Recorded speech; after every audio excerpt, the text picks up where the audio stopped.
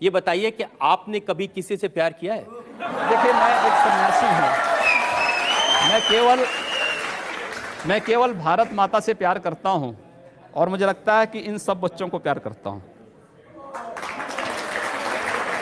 अब एक तस्वीर मुझे मिली ढूंढते ढूंढते, आप बाघ को, टाइगर को दूध पिला रहे हैं।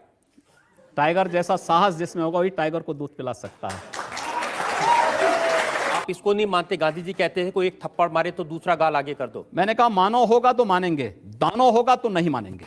योगी जी, प्यार मोहब्बत की बात तो ठीक है, लेकिन जब आपके भाषण सुनते हैं ऐसा लगता है कि आप सिर्फ नफरत फैला रहे हैं, जैसे सिर्फ आग लगा रहे हैं, जैसे किसी का खून पीना चाहते हैं।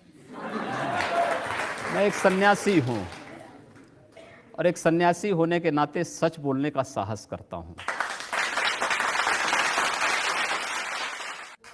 ऐसा सच आप कहते हैं कि अगर एक हिंदू का खून बहेगा तो हम 10 मुसलमान का खून बहाएंगे?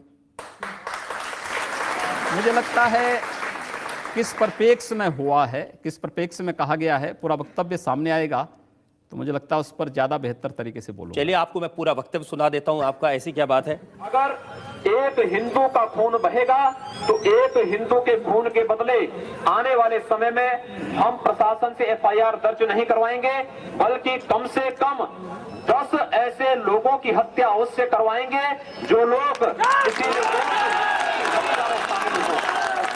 कतई अब बर्दाश्त की सीमाएं समाप्त हो चुकी हैं। कि पूरे फ्लो में बोल रहे हैं आप। भगवा वस्त्र पहन के, हाँ। साधु का रूप धारण करके इस तरह की नफरत की बात करना ठीक है? देखिए, मैंने उस बात को कंडीशनल कहा है।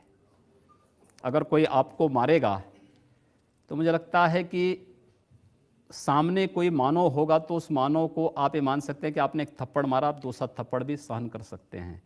लेकिन अगर सामने दानव है तो अगर मारना एक हाथ से मारता है, दूसरा हाथ से उसका जवाब भी दीजिए। मैं एक सन्यासी हूँ। अगर हमें